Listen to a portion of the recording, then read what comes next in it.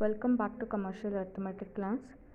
In yesterday's class we had solved 5 problems of average due date.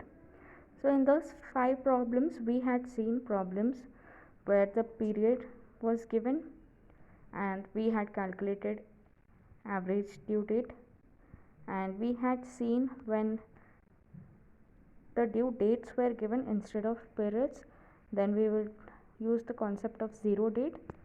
So zero date can be chosen any dates given, but it will be convenient to use the first date as zero date.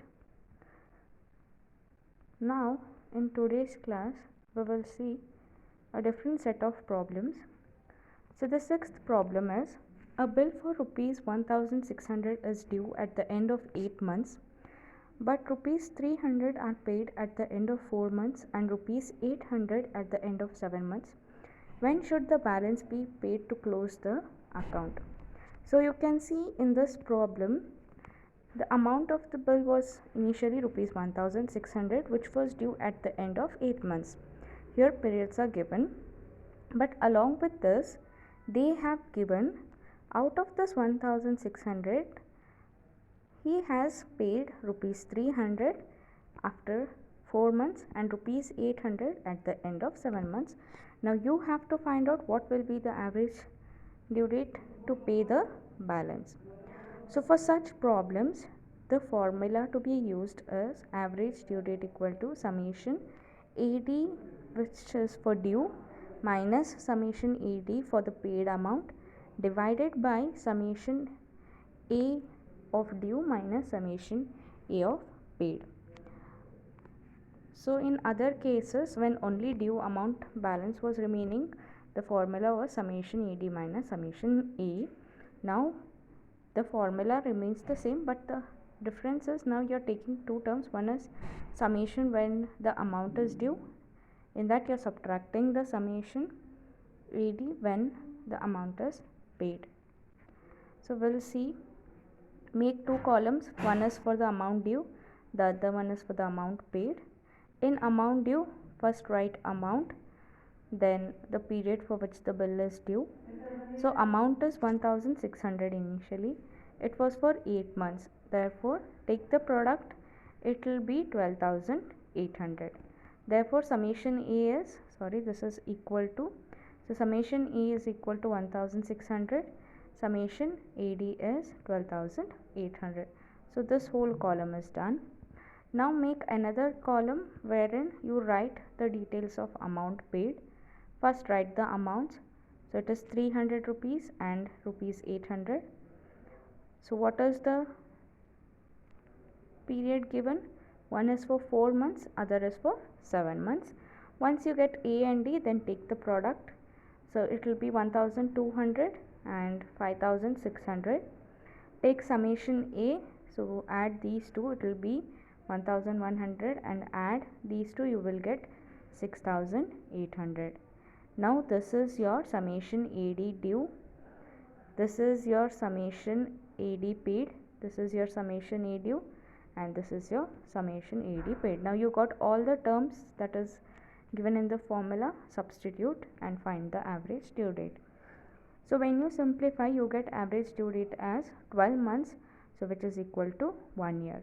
Therefore the balance of rupees 500 is paid after 1 year to close the account. So here in 1600, if you subtract 1100, it is 500, right? So the balance amount is 500, so that has to be paid after 1 year. So simple problems, but you have to understand for what questions what formula has to be used.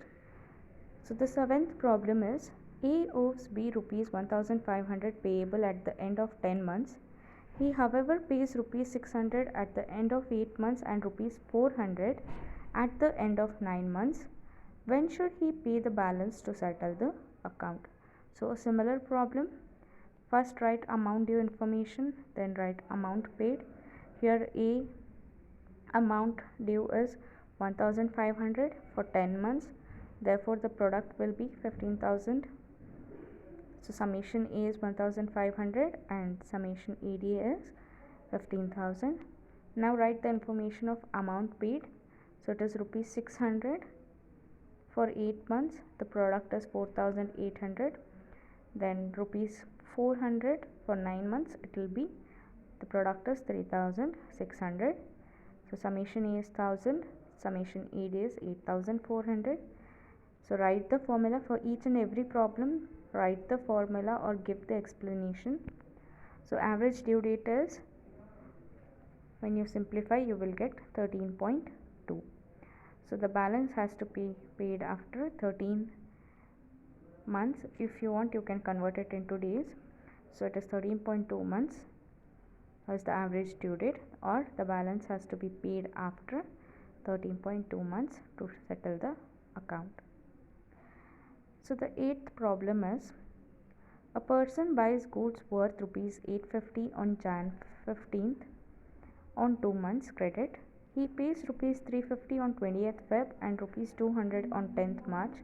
When should he pay the balance so that he may neither gain nor lose any interest? So read this question carefully. Here they have given dates instead of period. In earlier problems it was periods, right? Now they have given dates on which the bills are due or on which the bills are taken on credit. So what you have to do, you have to use the formula of the zero date. So like the previous problem we had solved, we had taken zero dates, so that concept has to be used over here. Along with this, there is a problem wherein a certain amount is paid already. So now let us solve again two columns. One is amount due and one is amount paid. So initially the bill is for 850, but now see here they have given a person buys goods worth rupees 850 on 15th Jan on 2 months credit. So he is buying the goods on 15th Jan. So this 15th Jan is the date on which the bill is drawn. So now you have to calculate when will be the bill due. So 2 months later it will be Feb and March. So on March 15th the bill will be due. Now you can see he has paid 350 on 20th Feb and 200 on 10th March. So now the first initial date is 20th Feb, right? Not 15th Jan. So 15th Jan will be due on 15th March. Therefore, we are taking 20th Feb as due date. Suppose when you had calculated the due date for this, if it was earlier than this date, then you would have taken the date on which the bill drawn was due as zero date. Whichever date comes first, take it as zero date. So here 20th Feb is the zero date. So here I am writing number of days from the zero date is 0 for 20th Feb. Now rupees 200 you are drawing on 10th March. So how many days will be remaining? Number of days from 20th Feb to 10th March is 18, because 8 days from February, 10 days from March, it is 18 days. Coming to this, now you have to calculate number of days from zero date. So from 20th Feb calculate till 15th March. So it is 8 days plus 15 days of March, it is 23 days.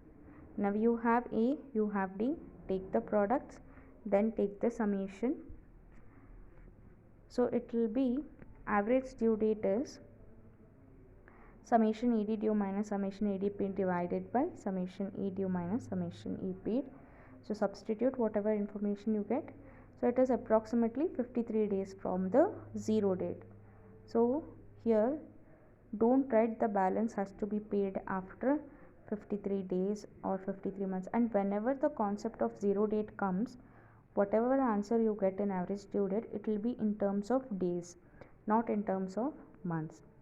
So now you have to calculate average due date plus the zero date.